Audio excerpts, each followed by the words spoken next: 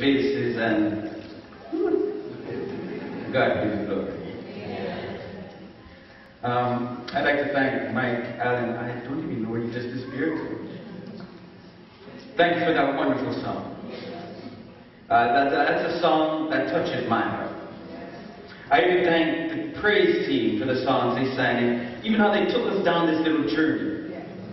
Because if you watch the journey closely, I began to even watch the expressions on everybody's faces. I began to watch exactly what was going on in our eyes from what I could judge. And I began to realize that as we began to get closer and closer to the end of your selections you put together, that people began to warm up a little bit more, because I realized some of the songs you really can't sing until you remember why you're singing it. All right. And so when we finally reached the point, just as I am, like that's the one that just struck that chord for me. And I began to think, for real, me. I think I was clay he should have thrown away. I think my life was not a life, when I look back at it, worthy for him to go through what he went through. But yet God be the glory. I'm moved with this. I'd like to say first and foremost also, thank you to my home church for letting me come back home and break some bread. They always say you should eat in good company, so I thought I'd come here and eat in some good company. Other than that, we'd like to send greetings from the church, Seventh-day Adventist Church in London. Your brothers and sisters over there, send their warm welcomes. I do send my apologies. My beloved wife could not join to be here. She works in the nursing field and she is at work. Other than that, I was accompanied by a good friend of mine, Stefan Balabenko. You guys can't see him from down here. He's up on the balcony. And dear AV man or woman, I'm going to ask of you, you know what, I don't normally use slides or anything, but I'm going to ask of a favor. If you're going to put anything up on that, please put a picture of Jesus. So therefore, even if you stop listening to me, think about the man who died for us. But as we begin to move along, brothers and sisters, we all want to shine. Identifying as we live this life, as we get into life, I begin to see everything, media, the newspapers, everything is trying to let us be all we can be. It's almost like the world is telling us, be a star, be a superstar. And it is demanding us to shine whatever is inside. So I began to look at, what are they really asking us to become? And for the most part, I recognize they want us to be a rock star. But what's a rock star? Well, Wikipedia, it would say something summarizing what they would say. A successful solo singer or member of a successful rock and roll band. A term usually used for celebrity status or stardom.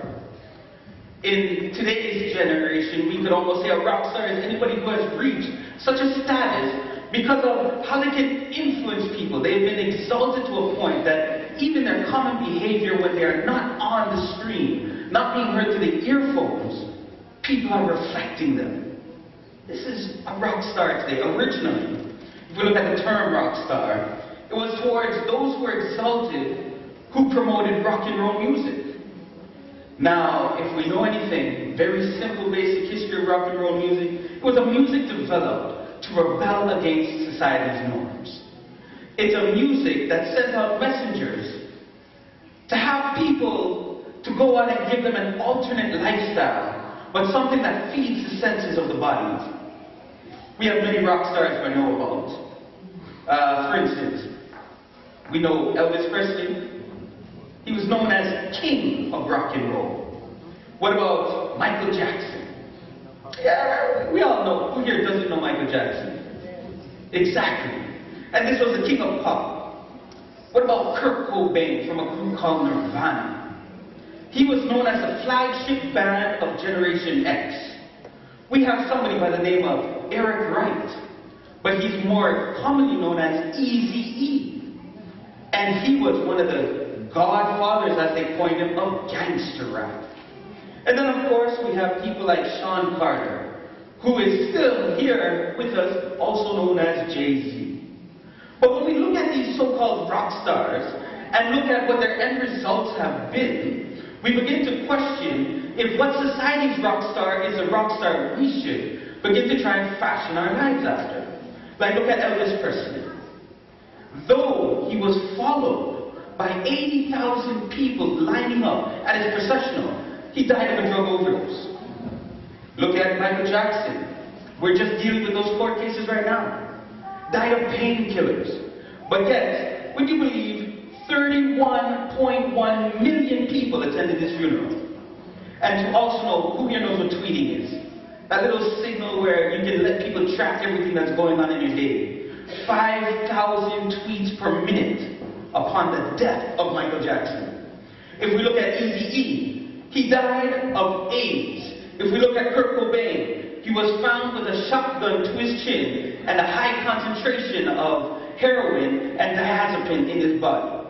If we look at Jay-Z, he is still alive.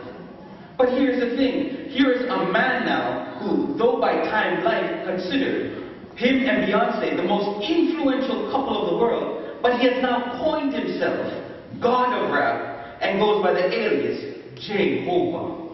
Now, isn't that something? That you're going to sit there and claim the covenantal God for yourself.